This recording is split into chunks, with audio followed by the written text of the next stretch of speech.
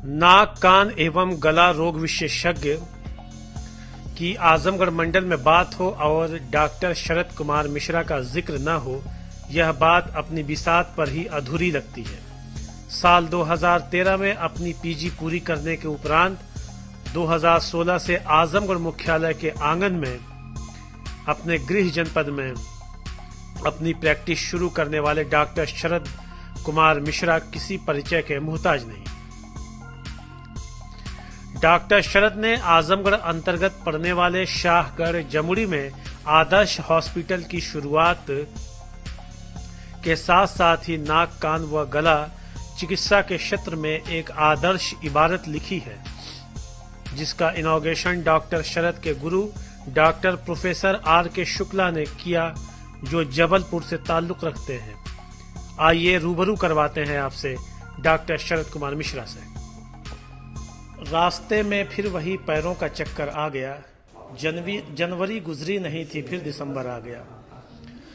मकबूल और मशहूर शायर राहत इंदौरी साहब की ये लाइनें हैं और वक्त की क्या कीमत है और वक्त किस रफ्तार से भाग रहा है, उसको दर्शाने के लिए, उसको समझाने के लिए ये लाइनें बहुत कुछ कहती हैं। और इसी वक्त की मारामारी में आजमगढ़ के मशहूर और मकबूल डॉक्टर शरद मिश्रा जी, जो नाक कान एवं गला रोग विशेषज्ञ हैं, अपने व्यस्ततम शेड्यूल से हमको उन्होंने वक्त दिया और उनके साथ आज हम उनके अस्पताल पे शाहगढ़ में मौजूद हैं।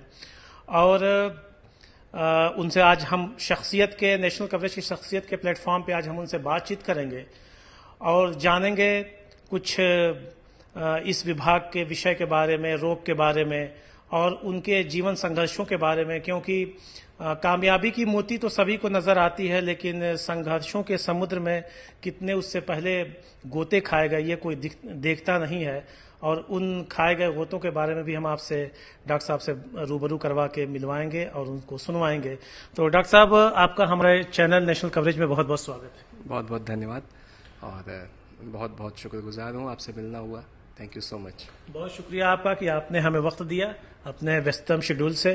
पहला सवाल तो सर ये है कि आजमगढ़ के आसपास के जिले भी, मंडल के सभी लोग आपको जानते हैं और आपके नेम और फेम से वाकिफ हैं, आपकी चिकित्सा से वाकिफ हैं। लेकिन अगर आपको अपने आप को परिभाषित करना हो कि कौन है डॉक्टर शरद मिश्रा जी, तो आप क्या कहेंगे? देखिए, मेरा ये आजमगढ़ तो जन्मस्थली है, यहीं पे जन्म हुआ और यहीं आजमगढ़ से ही मेरी शिक्षा दीक्षा सब पूरी हुई और यहाँ पे वेस्ली इंटर कॉलेज है, वहाँ से मेरी 12वीं तक की पढ़ाई हुई। उसके पश्चात मेडिकल के लिए मैंने BHU में भी 1 साल समय बिताया और फिर सिलेक्शन के बाद तमिलनाडु से जो है मैंने अपना ऑल इंडिया के थ्रू सिलेक्शन मिला तो MBBS किया। फिर जबलपुर से वंस अगेन ऑल इंडिया के थ्रू मेरा MS ENT head and neck surgery में कंप्लीट हुआ। फिर दिल्ली में भी 3 साल मैं लगभग सरकारी सेवा में रहा और उसके बाद कुछ एंडोस्कोपिक फेलोशिप वगैरह करके अपने पुनः आजमगढ़ वापसी हुई। और उद्देश्य यही था कि जो भी चिकित्सकीय सुविधाएं कान नाक गला संबंधित एक जिसको कहते हैं कैपिटल सिटी में या बड़ी सिटीज़ में उपलब्ध हैं। हालांकि बहुत अच्छा काम ENT का पहले से यहाँ पे हो रहा था, तो मैंने कहा कि उसमें और कुछ ऐड ऑन करें, कुछ अच्छी चीज़ें कर पाएँ। बस इसी उद्देश्य से हमने वापसी की अपने शहर में और पिछले 7 सालों से मैं आपके शहर में इसी जगह पे कार्यरत हूँ। बाहर निकल के भी आपकी अपनी मिट्टी की जो मोहब्बत है खींच लाई। दूसरा सवाल एक सर ये है कि जैसे कुछ न कुछ जिंदगी में मोटिवेशंस होती हैं, हर आदमी की जिंदगी में कुछ न कुछ बनने का कारण होता है। मेडिकल विभाग में आने का और इस क्षेत्र में आने का क्या कारण बना, कहाँ से फैमिली बैकग्राउंड क्या रहा, थोड़ा सा इस पे प्रकाश डालिए। देखिए, मैंने जब जन्म लिया तो घर में मेरे उस समय 2 लोग चिकित्सक थे, एक मेरे ग्रैंडफादर और मेरे एक जो पिताजी हैं। दिन रात वो चिकित्सकीय सेवा में ही मरीजों के बीच ही समय बीतता था। हम लोग घर से नीचे खेलने भी उतरते थे तो मरीज ही रहते थे उस समय। तो मेरे तो दिमाग में कभी आया ही नहीं कि फैमिली बैकग्राउंड, तो मुझे तो कभी लगा ही नहीं कि चिकित्सक छोड़ के कुछ और मुझे बनना है। छोटे से ही कोई मुझसे पूछता था कि क्या बनना चाहोगे, तो एक बाल मन में भी ये इच्छा थी कि चिकित्सक बन के ही सेवा देनी है। और संजोग ऐसा रहा और ईश्वरीय मदद ऐसी रही कि आज मैं ये कर पा रहा हूँ, और मैं क्या कहूँ। ठीक है, फिर भी आपने अपने कदमों पे खड़े होकर के, फैमिली बैकग्राउंड रहा, पिताजी आपके चिकित्सक रहे आजमगढ़ में ही, तो ये सब तो बचपन से आपने देखा है, कोई नई चीज आपके लिए नहीं थी। लेकिन जब आपने अपने करियर की शुरुआत की, अपने हिसाब से की, तो क्या क्या मुश्किलें सामने आई और किन किन संघर्षों से आपको गुजरना पड़ा? देखिए, एक मेडिकल एजुकेशन एक बहुत ही लंबी एजुकेशन है, जिसमें 5.5 साल का समय एमबीबीएस में, उसके बाद आप फिर से तैयारी करते हैं अपने मनपसंद का स्पेशलाइजेशन पाने के लिए, उसमें भी कंपटीशन बहुत तगड़ा है, उसमें 3 साल का समय लगता है। ये सब करने के बाद भी आपको अभी भी स्पेशलिस्ट के तरीके से काम करने से पहले कुछ वर्किंग एक्सपीरियंसेस चाहिए होते हैं, और लगभग आप 12-13 साल का समय बिता करके जब आप किसी जगह पे आते हैं, तब आप इस लायक बनते हैं कि आप एक अच्छी सेवा आप दे सकते हैं। लेकिन अभी भी आप 0 लेवल पे हैं, तो उसके बाद असली टीदिंग ट्रबल शुरू होते हैं, क्योंकि आप प्रैक्टिकल लाइफ में हैं, मरीजों के बीच हैं, समाज में हैं, और वहाँ से आपकी शुरुआत हो रही है। मतलब आपने अपनी ज़िंदगी का 12-13 साल दिन रात की मेहनत में दिया, और उसके बाद फिर से आपको शुरू करना है।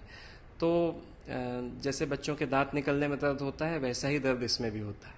तो बहुत सारे चैलेंजेस होते हैं, जिसमें छोटी से छोटी बातों से लेकर के, जैसे एक बहुत बड़ा इंपॉर्टेंट है, ट्रेंड स्टाफ की कमी होती है, आपको उस हिसाब से स्टाफ को ट्रेनिंग देनी है, इंफ्रास्ट्रक्चर की कमी होती है, एक अच्छी सर्विस के लिए आपको बहुत सारे रिसोर्सेज जुटाने पड़ते हैं, उसकी कमी होती है, और फाइनेंशियल चीज़ें होती हैं जो एक बिगनर के पास नहीं होती हैं, और कॉस्ट ऑफ द ट्रीटमेंट वो भी आपको जेन्युइन रखना पड़ता है। तो इसके अलावा कोई भी इंफ्रास्ट्रक्चर जुटाने के लिए आपको जैसे ज़मीन की आवश्यकता है, तरह तरह के क्लियरेंसेस की आवश्यकता है। तो एक अच्छी सर्विस देने के लिए बहुत सारे स्टेपिंग स्टोन्स है, बहुत सारे क्रमानुगत चैलेंजेस आते हैं, जिसको आपको फॉलो करना है, पार करना है। लेकिन अच्छी बात ये रहती है कि नेक नियत मंजिल आसान। अगर आप ये मन में भाव रखेंगे कि नहीं भाई ये चीज़ें किसी समाज की सेवा के लिए हैं या अच्छे के लिए हैं, तो रास्ते भी मिलते हैं, लोग मदद भी करते हैं, चीज़ें होती चलती हैं। इन तमाम संघर्षों में मतलब ये मेडिकल की पढ़ाई पूरी करने के बाद यहाँ तक पहुँचने में सबसे ज़्यादा सपोर्ट किसका रहा, साथ में किसका, अगर प्रोटोकॉल इजाज़त दे तो नाम ले सकते हैं? बिल्कुल, पेरेंट्स का रहा, वाइफ का रहा, और ये एक्चुअली संघर्ष तो जितने लोग जुड़े होते हैं सबका होता है, सभी लोग अपने अपने स्तर पे त्याग करते हैं। अगर मैं कहूँ कि मेरे बच्चे का कोई कंट्रीब्यूशन नहीं रहा अभी तक की जर्नी में, मास्टर स्ट्रोक भी होता है। हाँ, मास्टर स्ट्रोक तो डेफिनेटली जो दिन रात साथ रह रहे हैं उन्हीं का होता है। तो मैं तो कहूँगा कि भाई my wife has been very supportive, और पेरेंट्स का आशीर्वाद तो हमेशा ही रहता है ही, और वो तो अनकंडीशनल सपोर्ट रहता है। इसके अलावा फ्रेंड्स हैं, इवन जो मेरा छोटा बच्चा है वो भी मेरे बिना कितनी रातें उसने बिताई हैं। तो मैं क्या कहूँ, किसी एक को कहना तो ठीक वैसे ही है जैसे अगर ये पूछा जाए कि दाहिनी आंख पसंद है या बाईं आंख पसंद है, तो सपोर्ट बहुत लोगों का रहा। वो जो आपने कहा ना कि बहुत ही इसमें संघर्ष होता है, छोटा बच्चा जो मेरे बिना कितनी रातें उसने गुजारे, सच्चाई तो ये है कि डॉक्टर की लाइफ जो होती है उसको खुद को बुखार हो, भले से खुद को बुखार हो, लेकिन दूसरे के बुखार को ठीक करना है उसे, और उस पीड़ा को झेलते हुए 24 घंटे सेवा देनी है, कभी भी इमरजेंसीज आ सकती हैं, ये सारी चीज़ें तो हैं ही सर।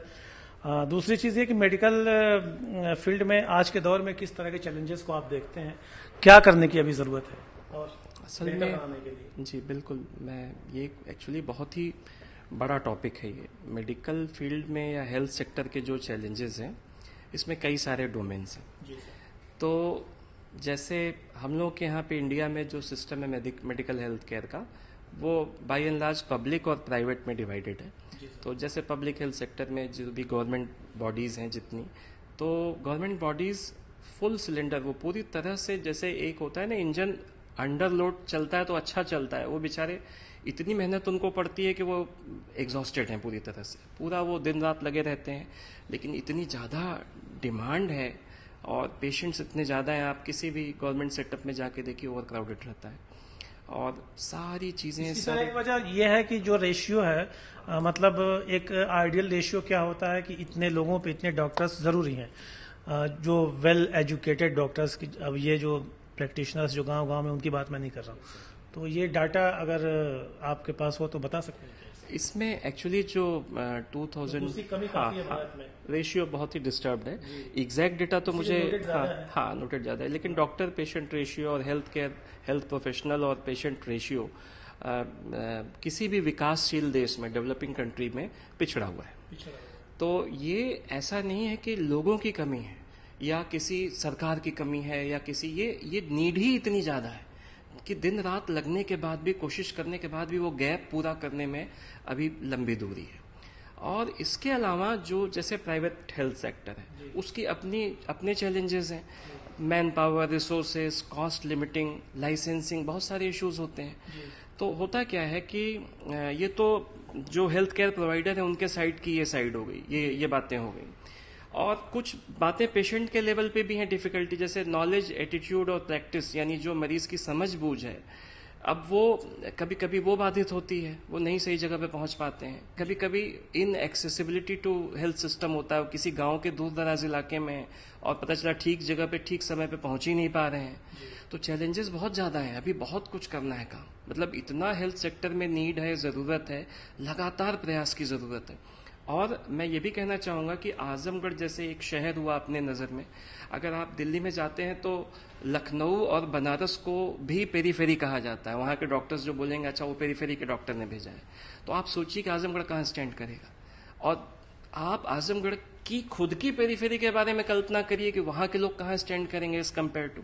तो यहाँ पे जो हेल्थ केयर सिस्टम है उसका डिस्ट्रीब्यूशन बराबर नहीं है। उसकी कई वजह हैं, आप भी जानते हैं, सोशल वजह भी हैं। तो इन सब चीज़ों पे बड़े काम की ज़रूरत है। और जहाँ तक जो ये नए इनिशिएटिव हैं गवर्नमेंट द्वारा, जितनी भी, जैसे जो अपनी आयुष्मान आरोग्य जन योजना है या इसके अलावा डिजिटल हेल्थ सर्विसेज, जो भी ये सब प्रयास उसी क्रम में गवर्नमेंट कर रही है जिससे ये गैप कम हो। और मैं तो यहाँ तक कहूँगा कि जो ये पब्लिक प्राइवेट पार्टनरशिप वाली बातें हैं कि भाई गवर्नमेंट जो है अस्पताल, प्राइवेट अस्पतालों के साथ लिएजनिंग हो किसी प्रकार की, तो ये सब जो है शायद किसी हद तक उस गैप को कम करने में मेरा मानना है कि ये मदद करना चाहिए। तो उसको देखते हैं कैसे होता है ये। ठीक है। और एक पब्लिक डोमेन से हमने सवाल लिया था, अब इसको आप छोड़ भी सकते हैं और इसके ऊपर बोल भी सकते हैं कि जैसे होता है कि एलोपैथिक दवाएं काफ़ी महंगी होती हैं। कहीं ना कहीं कुछ लोग ये कहते हैं कि लोगों का ये आरोप होता है कि डॉक्टर्स और फार्मा कंपनी की मिली भगत की वजह से ऐसा है, और अगर इसमें अगर परसेंटेज का खेल ज़्यादा ना किया जाए तो ये काफ़ी गरीबी रेखा से नीचे जो लोग हैं वो भी बहुत आसानी से इन दवाओं को खरीद सकते हैं, इसका लाभ उठा सकते हैं। इसके बारे में आपको क्या कहना है? जी, मैं बिल्कुल, एक्चुअली ये तो बहुत ही कॉमनली आस्क्ड इस समय का ये सवाल है। तो देखिए, इसमें जितनी मेरी समझ है जहाँ तक, एक तो ये कि किसी भी उद्योग के, इंडस्ट्री के अपने जो नियम होते हैं, उन्हीं नियमों से ये फार्मा सेक्टर भी बंधा हुआ है। तो जाहिर सी बात है कि इसमें प्राइस रेगुलेशन जहाँ तक बात है तो उसमें कोई डॉक्टर तो कुछ नहीं कर सकता है।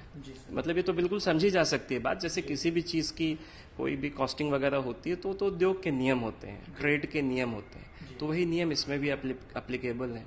और जहाँ तक डॉक्टरों के रेगुलेशन की बात है तो हमेशा से, और अभी हाल फिलहाल में और भी ज़्यादा क्लियर कट, जैसे एनएमसी की गाइडलाइंस हैं, there is a code of conduct कि हम किस प्रकार का बिहेवियर कर सकते हैं, किस प्रकार से रह सकते हैं। अगर कोई उसमें अर्निंग पर्सन पाया जाता है, कोई डॉक्टर किसी प्रकार की संलिप्तता पाई जाती है, तो उसको वो लायबल टू पनिशमेंट होता है।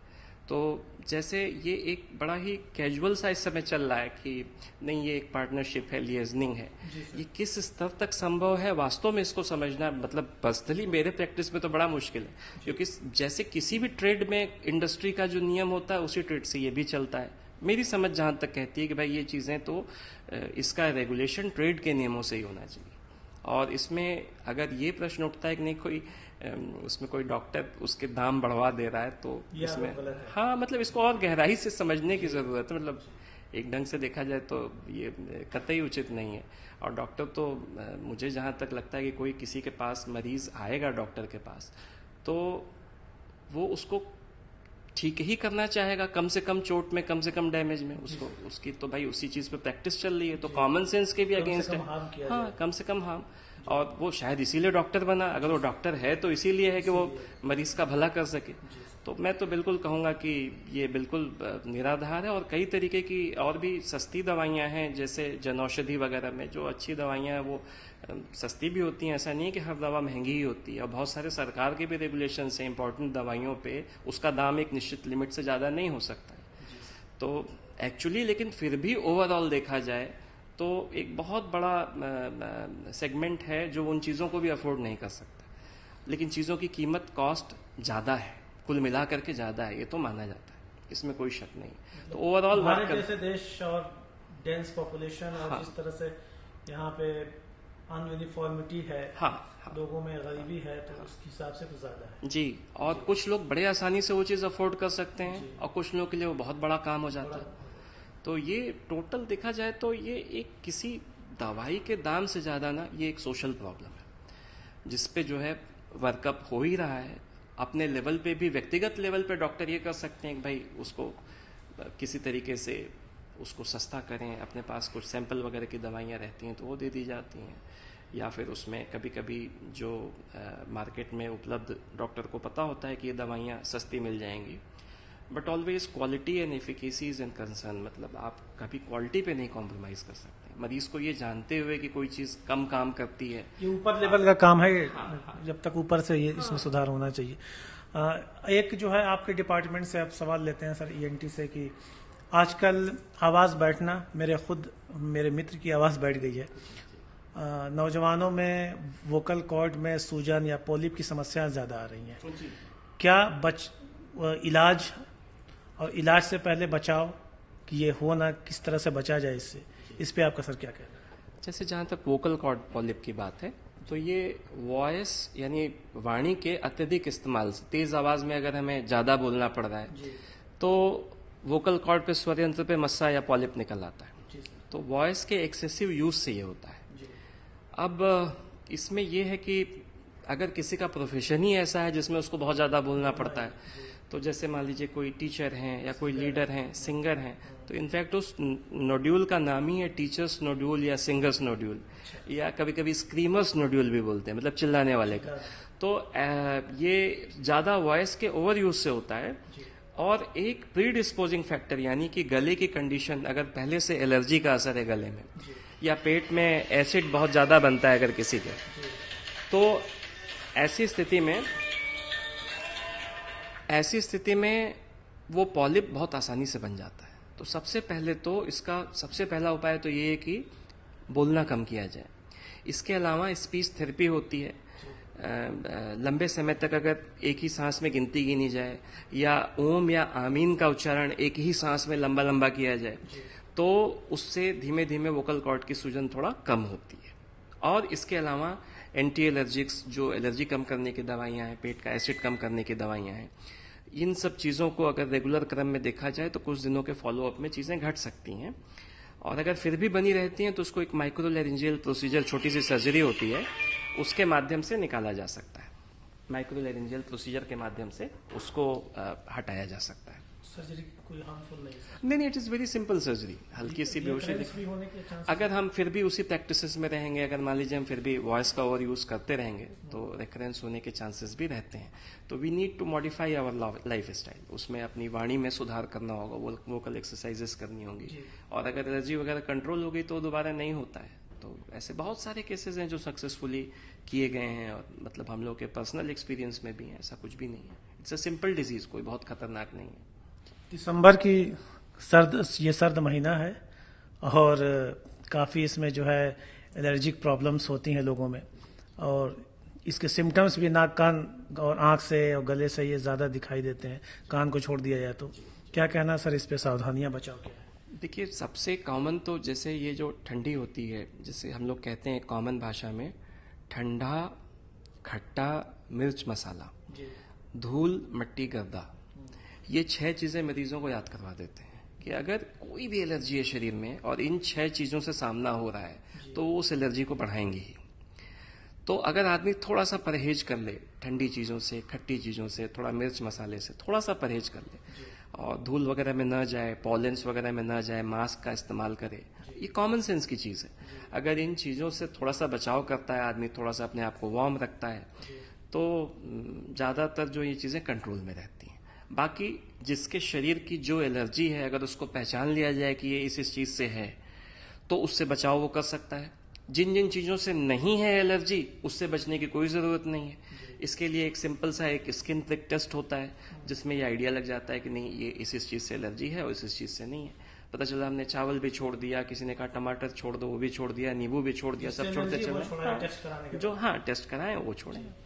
That is the way. Fitness के लिए क्या जरूरी है? आपकी जैसे फिटनेस है, आफताब की तरह हमेशा चमकते रहते हैं, क्या कहेंगे इसके? अब ये तो इसके लिए तो मैं कुछ अलग से ऐसा कुछ भी नहीं है, तो आपका बहुत वेल विश है और क्या कहूँ मैं। हाँ, ये ज़रूर मैं कहना चाहूँगा कि देखिए, हेल्थ जो है, हेल्थ में किसी को पता नहीं किसके शरीर में क्या बीमारी है, क्या नहीं है, क्या हो, लेकिन खान पान का इसमें सर क्या रोल है, टाइमिंग का क्या रोल है, इस पे सर थोड़ा प्रकाश डालिए। डेफिनेटली। तो जो चीज़ें मॉडिफाइबल फैक्टर हैं, जो चीज़ें हम अपने से कंट्रोल कर सकते हैं, एटलीस्ट उसकी कोशिश करनी चाहिए। तो किसी न किसी प्रकार की मॉडरेट एक्सरसाइज, जैसे वॉकिंग हो गया, टहलना हो गया, योगा हो गया, और सबसे इम्पॉर्टेंट चीज़ है कि हम किसी भी प्रकार के इंटॉक्सिकेशन से बचें, जैसे तम्बाकू है, सिगरेट है या अल्कोहल है। ये चीज़ें जो हैं डेफिनेटली हार्मफुल हैं, और जानते हुए भी बहुत लोग कंट्रोल नहीं कर पाते हैं। तो one should try not to do that. उसकी कोशिश करनी चाहिए कि बचें। बहुत बेसिक चीज़ें होती हैं जिसका ध्यान रखने पे आराम से, हाइड्रेशन है, पानी ज़्यादा पीना चाहिए, शरीर को एल्कलाइन रखना चाहिए। Alkalisation is very important. अगर शरीर का एसिड कंटेंट बढ़ता है तो 10 बीमारियां होती हैं। तो इन्हीं छोटी छोटी चीज़ों का ध्यान रखना चाहिए मेरे हिसाब से। कोई बहुत अलग से नहीं, अच्छे फ्रूट्स खाने चाहिए, ताज़े फ्रूट्स। बहुत से डॉक्टर्स जो है सर इस पे बात करते हुए ये भी बहुत बताते हैं कि जो खाने का आपका टाइमिंग है, जैसे नाश्ता सुबह 9 बजे, दोपहर का खाना 12 बजे, रात का खाना 8 बजे के बाद नहीं लेना चाहिए। इस पे सर क्या कहना? ये बहुत ही बड़ा रोल ये भी अदा करते हैं। जी, डाइट का बड़ा इंपॉर्टेंट रोल है, और इस पे इस समय जो लेटेस्ट जो डाइट पे सबसे रिवोल्यूशनरी, सबसे जो बड़ी चीज़ चल रही है वो है इंटरमिटेंट फास्टिंग। तो एसेंशियली अगर आप देखें तो हम लोग के पुराने समय में, लेमैन को समझने के लिए जो आपने कहा इंटरमिटेंट फास्टिंग, इसको थोड़ा सा ब्रीफ कर दीजिए। इसमें बेसिक कॉन्सेप्ट यही है, जैसे जो व्रत होता है या जैसे रोज़ा में आदमी खाली पेट रहता है, तो बस वही वाली बातें हैं कि इसमें खाली पेट लंबे समय तक रह करके शरीर को हम हील होने का मौका देते हैं। इसका बेसिक प्रिंसिपल यही है। तो 12 घंटे, 14 घंटे या 16 घंटे तक की फास्टिंग विंडोज लोग रखते हैं। और फास्टिंग में मतलब शरीर अपने आप को खुद हील करता है, और इट्स अ वेरी साइंटिफिक। इस पे जापान के रिसर्चर्स का बहुत बढ़िया आर्टिकल है, और वो एक पढ़ने लायक चीज़ें हैं। इस पे बहुत काम हो रहा है। तो इंटरमिटेंट फास्टिंग या लंबे समय तक खाली पेट रहना और उसके बाद एक डेफिनेट समय में भोजन लेना, इस पे काम हो रहा है। लेकिन इसको ऐसे ही नहीं शुरू कर देना है, इसको समझ के ही शुरू करना है। और बेसिक प्रिंसिपल यही है कि हमेशा, मतलब अगर आप दिन रात खाते ही रह रहे हैं तो वो शरीर के लिए नुकसानदायक है। कॉमन सेंस के हिसाब से रात में कम से कम 10-12 घंटे तो नहीं खाना चाहिए, ये चीज़ है। और बाकी समय आप खाएं पिएं। इसका बेसिक बहुत सिंपल प्रिंसिपल यही है। हाँ, तो यही कि अगर आदमी रात का खाना 8 बजे खा लेगा तो 10-12 घंटे फास्टिंग हो जाएगी। लेकिन आजकल के मॉडर्न वक्त में जो खाना 11 बजे 12 बजे, ये बीमारी की ज्यादा वजह है। ये सब एक्चुअली जो फास्ट फूड कल्चर है वो नुकसानदायक है। वंस इन अ वाइल आप खा पी सकते हैं, लेकिन रोज रूटीन बनाना ये अच्छा नहीं है। और देखिए, ज्यादातर चीजें जो पहले से चलती चली आई हैं वही सच निकल रही हैं। मॉडर्न साइंस भी उन्हीं चीजों को सत्यापित कर रही है। तो जो बड़ों ने कहा वो फॉलो करें। मेरे पूर्वजों के नियम थे, सही रहने के लाइफ स्टाइल थे, बिल्कुल। उनकी मतलब ये लाइफ भी ज्यादा थी, काउंटिंग जो थी एज की वो भी ज्यादा थी। जी सर। पुराने समय में जो डेथ्स होती थी, अर्ली डेथ्स, वो कम्युनिकेबल डिजीज या इन्फेक्शंस के चलते होती थी। हमारा मेडिकल केयर पहले उतना अच्छा नहीं था, उतनी अच्छी एंटीबायोटिक्स नहीं थी, उतने अच्छे आईसीयूज नहीं थे। आज लाइफ एक्सपेक्टेंसी बढ़ी है, और लेकिन जो पहले जो लोग जीवित रहते थे वो बड़ा लंबा जीते थे। उसकी वजह ये थी कि उनकी हैबिट्स बड़ी अच्छी। और बस अगर अपने घर के किसी पुराने बुजुर्ग का याद कर लें तो बस उसी की लाइफ स्टाइल फॉलो करनी है। नक्शल में तो यही है, वही सबसे अच्छी है। ठीक है सर, अब आप काफी लंबे कम्युनिकेशन हो गए, इसको कंपाइल करते हैं अब। कि अगर एक सवाल ये कि डॉक्टर अगर आप ना होते तो क्या होते? मैं अगर डॉक्टर नहीं होता तो एक शिक्षक होता, क्योंकि मेरा ये मानना है कि डॉक्टर हो के भी मुझे चीज़ों को बताने में, सिखाने में, समझाने में बहुत अच्छा लगता है। और मेरा मानना है कि जो शिक्षक का रोल है समाज में, वो रोल कोई और नहीं अदा कर सकता। समाज की रीढ़ शिक्षक ही है। तो शायद मैं अगर डॉक्टर नहीं होता तो शिक्षक होता। जी। आपका पहला प्यार कौन था? आपका प्रोफेशन या कुछ और? नहीं, डेफिनेटली आप जिस चीज़ के साथ दिन भर रह रहे हैं वो तो प्रोफेशन ही होता है। और कोई भी प्रोफेशनल, खाली मेरी बात नहीं है, कोई भी आदमी जो जिस भी काम में है, अगर वो काम कर रहा है तो उसको पहला प्यार तो उसी से करना पड़ेगा। और बाकी घर परिवार फैमिली सभी लोग तो हैं ही। तो प्रोफेशन जो है एक वो हो जाता है, एक ज़रूरत हो जाती है जिसको आदमी, और बाकी तो है ही भाई जो। Thank you sir. और ये तमाम खबरों के बीच में ये प्लेटफॉर्म पे जो नेशनल कवरेज के डिजिटल प्लेटफॉर्म पे शख्सियत प्रोग्राम चलाने का हम लोग का एक मोटिव ये भी है कि समाज से हम लोगों ने बहुत कुछ लिया है, समाज ने हमको बहुत कुछ दिया है। तो अगर इस आपकी बातचीत से कोई एक व्यक्ति भी अगर प्रभावित होकर कुछ कर पाता है तो ये हम लोगों के लिए हमारा प्रयास सार्थक होगा। तो नई जनरेशन्स जो है, जो मेडिकल फील्ड में अपनी कैरियर बनाने चाहती हैं, तो उनके लिए आपका क्या संदेश है, क्या कहना चाहेंगे? जो नई जनरेशन है उसके लिए मैं यही कहूँगा कि सबसे बड़ी मोटिवेशन, सबसे बड़ी ताकत वो सेवा भाव होता है। जब आप किसी के लिए करते हैं, सोचिए आपने कुछ किया किसी मरीज के लिए और किसी भी के लिए किया, और उसके बाद वो ठीक हो गया, और उसके आंख में जो कृतज्ञता का भाव होता है वो आपको देखने का मौका मिल रहा है, तो इससे बड़ा मोटिवेशन और कुछ होता नहीं है एज ए डॉक्टर। उससे बड़ा सुकून कुछ नहीं। उससे बड़ा सुकून कुछ नहीं है। और आपकी पूरी लाइफ की मेहनत वर्थ हो जाती है अगर आप वो ये चीज़ देख लेते हो। तो बस आपका दिन खत्म। एक भी कोई अगर आपको उस भाव से देख के गया। और शायद हम लोग अपने ज़िंदगी में बस उसी सुकून की सभी लोग तलाश कर रहे हैं कि हमने मेहनत की, हम ऊपर वाले ने इतना किया कि भाई हम इसके लिए कुछ कर पाए, और जो हमारा पर्पस था वो सफल हुआ। ये एक बहुत बड़ा सेटिस्फैक्शन है, और यही सबसे बड़ी ड्राइविंग फोर्स है। मैं यही मैसेज देना चाहता हूँ। एक जो है लीग से हट के थोड़ा सवाल, इतनी लंबी गुफ्तगू हुई आपसे, लेकिन आपका जो प्रोनाउंसिएशन जो है हिंदी का, चूंकि हिंदी और उर्दू मिक्स हम बोलते हैं, इतना बेहतरीन था कि एक बार मैंने किसी जर्नल में पढ़ा था कि लता मंगेशकर ने अपने प्रोनाउंसिएशन को ठीक करने के लिए किसी उर्दू टीचर को 4-5 साल तक रखा था और प्रैक्टिस बहुत हैवी की थी।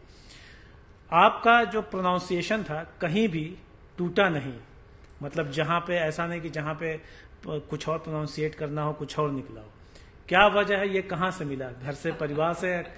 बहुत अच्छा लगा sir. Thank you so much. नहीं, इसमें तो बचपन में हम लोग के घर में हमारे बाबा जो है कंपटीशन करवाते थे।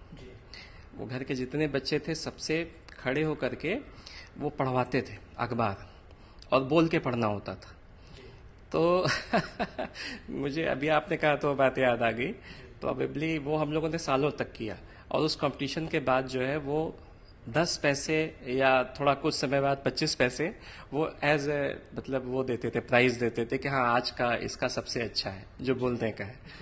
तो probably that might be the reason, वो वजह हो सकती है। बाकी मैंने कभी इसके लिए कोई अलग से कोई एफर्ट नहीं की। और मुझे जान के खुशी है कि अगर ये आपको अच्छा लगा तो प्रोबेबली ये होगा किसी हद तक अच्छा। आपके पास जब अपलोड होकर के आ गया, आप खुद सुनिएगा, और ये कहीं भी आपका जो तार है प्रोनाउंसिएशन का वो कहीं टूटा नहीं। सर, ओई स्क्रीनिंग क्या है? लोगों तक इसकी जागरूकता, मतलब ये लोगों को जागरूक करने की जरूरत है। सुप्रीम कोर्ट का भी इसमें कोई स्टेटमेंट वगैरह आया है, और ये आपके विभाग से संबंधित भी है।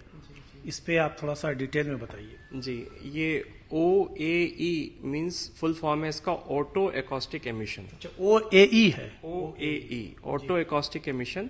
इसका मतलब ये होता है कि कान के इनर ईयर में कुछ ऐसे फाइबर्स होते हैं जो लगातार मूव कर रहे होते हैं हेल्दी कान में। उससे जो वेव्स क्रिएट होती हैं उसको एक सेंसर द्वारा कैच किया जाता है। अब जैसे कोई नवजात शिशु है, और वो नवजात शिशु ये तो बता नहीं सकता कि मैं नहीं सुन पा रहा हूँ या नहीं सुन पा रही हूँ, तो ऐसी कंडीशन में हमारे पास कोई ऐसा ऑब्जेक्टिव मेथड होना चाहिए जिससे हम उसकी टेस्टिंग करके पता लगा सकें कि इसका कान फंक्शनल है कि नहीं है। ये क्यों इम्पॉर्टेंट है? जैसे अगर हम इंतजार करें कि बच्चा 3 साल 4 साल या 5 साल की उम्र का हो और वो फिर बताए या हम अंदाजा लगाएं कि ये नहीं सुन रहा है बेचारा, तब तक खेल हाथ से निकल गया। प्रॉब्लम क्या है, 4 साल के बाद कुछ नहीं कर सकते। हाँ, एक्चुअली क्या है कि जो न्यूरोबायोलॉजिकल डेवलपमेंट है ब्रेन का और जो ब्रेन के कनेक्शंस हैं वो 3 से 4 साल की उम्र तक काफी हद तक बन जाते हैं। यानी हम अपनी लाइफ में आगे कैसा कम्युनिकेट करेंगे इसकी नींव शुरुआती 3, 4, 5 साल में ही पड़ जाती है। तो this is called as principle of neuroplasticity. अगर हमारे सुनाने वाले दिमाग के हिस्से में जहां सुनने और समझ के सेगमेंट होते हैं, अगर वहां पे नॉइज स्टिमुलस पड़ रहे हैं, बच्चा उसको परसीव कर रहा है, सुन रहा है और समझ रहा है, तो ही उस हिस्से का डेवलपमेंट हो पाता है। वरना अगर उस समय तक वो स्टिमुलस नहीं मिला 3-4 साल की उम्र तक, वहां तक नहीं करंट पहुंचा या सिग्नल नहीं पहुंचा, तो वो हिस्सा हमेशा के लिए डिजेनरेट हो जाता है। यानी आप उसके बाद कितनी भी कोशिश करेंगे, कितना भी कॉक्लियर इम्प्लांट कर लेंगे, वो सक्रिय नहीं हो पाएगा। तो वो बाजी हाथ से निकल गई।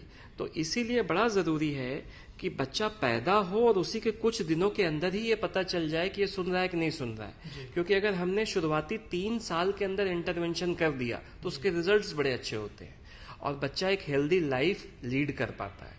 इसी वजह से ज्यादातर बच्चों का, स्पेशली जो बच्चे कम से कम आईसीयू वगैरह में चले जा रहे हैं पैदा होने पे, नियोनेटल जॉन्डिस है या कोई भी ऐसी चीजें जिससे कान पे असर आने का खतरा रहता है, जिनको हाई रिस्क बेबीज कहते हैं, उसमें तो बहुत ही जरूरी है। तो ज्यादातर पीडियाट्रिशियंस करवाते हैं उस चीज को, जांच को हम लोग यहाँ भेज के।